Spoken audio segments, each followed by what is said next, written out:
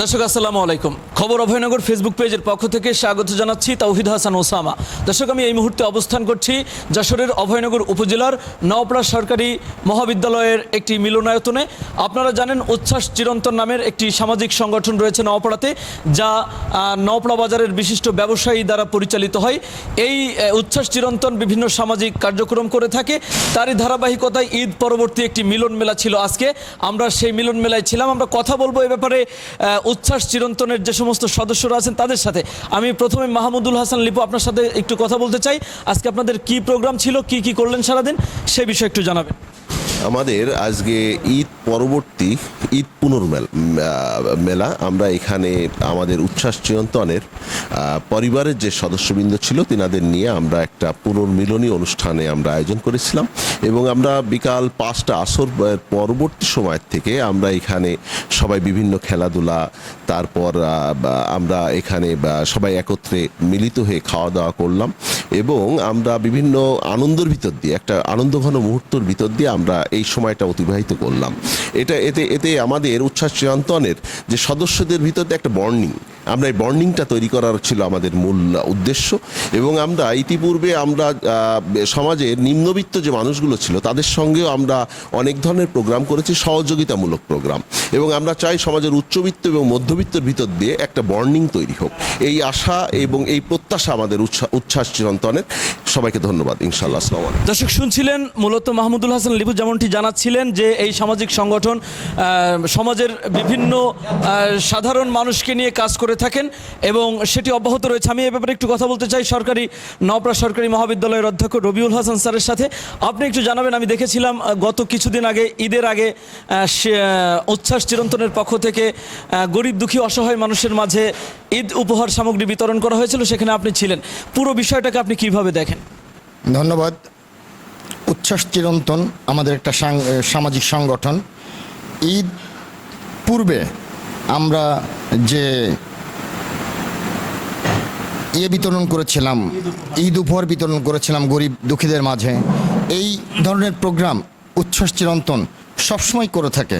এবং আমি যেহেতু শিক্ষক মানুষ, আজকে আমাদের এই আয়োজনের মাঝে আমি আমার বক্তব্যে বলেছি যে উচ্ছ্বাস চিরন্তনের সদস্যদেরকে আমি অ্যাপিল করেছি যে যদি ভবিষ্যতে কখনো সুযোগ আসে শিক্ষার্থীদের নিয়ে, গরিব শিক্ষার্থীদের কোনো উপবৃত্তির কোনো ব্যবস্থা করা যায় কিনা, এবং তারা কথা দিয়েছে তারা এই ব্যাপারে তারা যথেষ্ট সচেষ্ট থাকবে।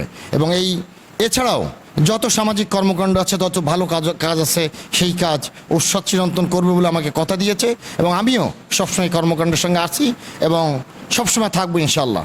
সে আশাবাদ ব্যক্ত করে আমি আমার কথা শেষ করছি। আসসালামু আলাইকুম। ধন্যবাদ। নওপাড়া সরকারি মহাবিদ্যালয়ের অধ্যক্ষ রবিউল হাসান স্যার জানাচ্ছিলেন মূলত যদি শিক্ষার্থীদেরকে উপবৃত্তির ব্যবস্থা করে উচ্ছ্বাস চিরন্তন, তবে সেটি হবে অত্যন্ত কল্যাণকর। আমি এ ব্যাপারে শাহিন রাজা আপনার সাথে একটু কথা বলতে চাই।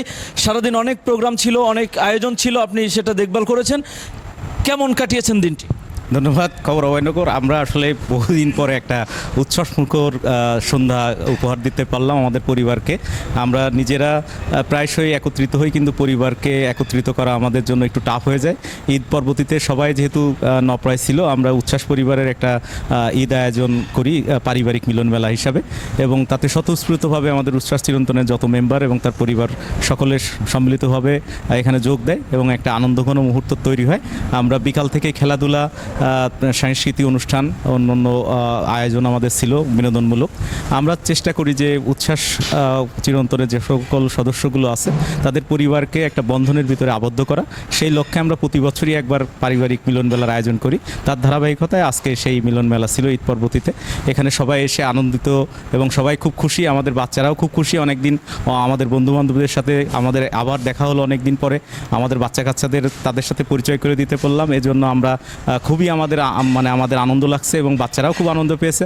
আমরা চাই আমাদের উচ্ছ্বাস পরিবার প্রতি বছর এরকম একটা দুটো মিলন মেলা করুক এবং আমাদের বাচ্চাদের ভিতরে একটা বন্ডিং তৈরি হোক। আমাদের ভিতরে যেমন একটা বন্ডিং আছে, আমাদের বাচ্চাদের ভিতরে এরকম বন্ডিং তৈরি হোক। এইটাই হচ্ছে আমাদের মূল লক্ষ্য। দর্শক, সামাজিক সংগঠন উচ্ছ্বাস চিরন্তন এভাবে সমাজের গরিব দুঃখী অসহায় মানুষের পাশাপাশি যেমন দাঁড়ায়, ঠিক তেমনি নিজেদের কিছুটা সময় দেওয়ার জন্য তারা বিভিন্ন সময়ে এইরকম মিলন মেলার আয়োজন করে থাকে, যেমনটি আজকে ছিল। দর্শক, আমি আজকের মতো বিদায় নিচ্ছি। আবারও দেখা হবে অন্য কোনো ভিডিওতে। সেই পর্যন্ত সবাই ভালো থাকুন, সুস্থ থাকুন। আল্লাহ হাফিজ।